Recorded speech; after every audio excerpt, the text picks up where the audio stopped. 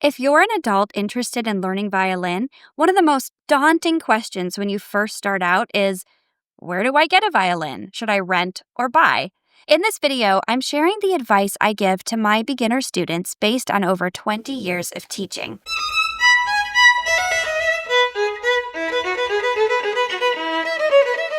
Let's talk about renting first, and then we'll talk about buying. So sometimes I hear people say, if your technique is really good, then the quality of your instrument shouldn't matter. And this is just simply not true. Better quality violins not only sound a lot better, but they can actually be easier to play.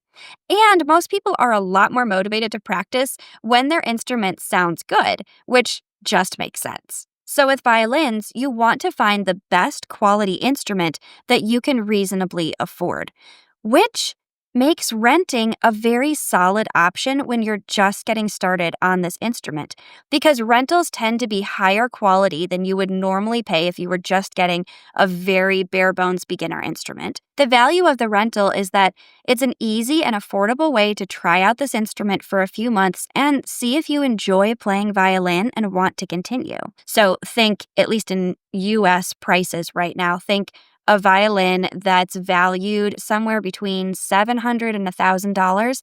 And my in-person students, at least in the Washington, D.C. area right now, are paying anywhere from about $25 to $40, including insurance, for their rentals. So I'm curious for you, wherever you are in the world, if you have looked into rental options, what kind of prices are you seeing for those? I'd love for you to share that in the comments. I'm really curious. But here's the big caveat. If you have the means to purchase a violin, I would only recommend renting for a short time, if at all. The cost of renting adds up really fast, and rent-to-own options often have you paying a lot more for the instrument in the long run than you would have if you had just bought it from the beginning. So when is it a good time to buy? I would say if you've rented for a few months and you know you want to keep playing violin, or if you're new to violin but you know you're going to stick with it, or if you already play some violin, but your violin is so bad it's driving you nuts and you're ready for an upgrade.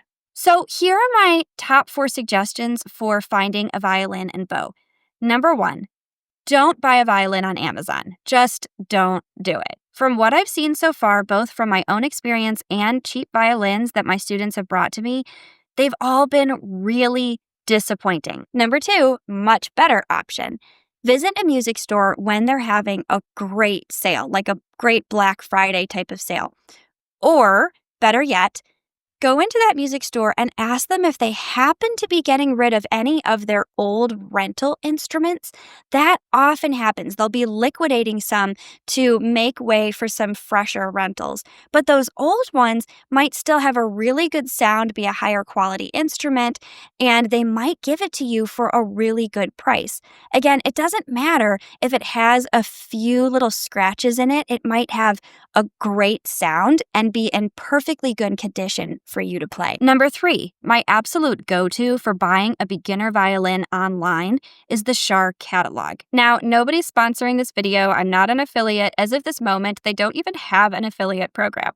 It's just the place I've been ordering from nearly my whole life for all things strings, accessories, music, the bow buddy that I talk about in a bunch of my bow videos, things like that. So they have very decent beginner violins, usually for a lower price point than I have tended to see for brick and mortar in-person retail stores.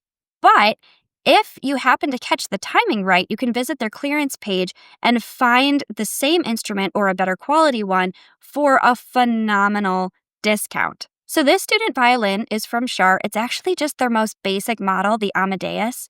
Let me compare this one for you with my far more expensive, historic, professional violin that I actually use for performing.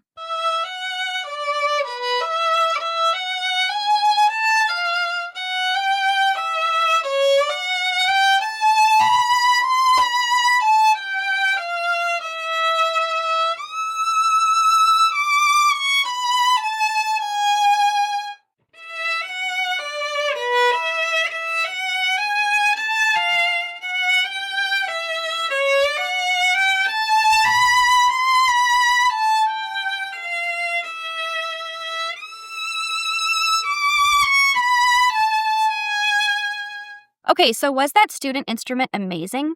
No, but it has a pretty decent sound for being a very inexpensive beginner violin. And you can always go both to the Shar catalog or to an in person store to look for more mid range options for better violins. So, my final tip for you, what about bows? I don't recommend just grabbing the cheapest bow you can find.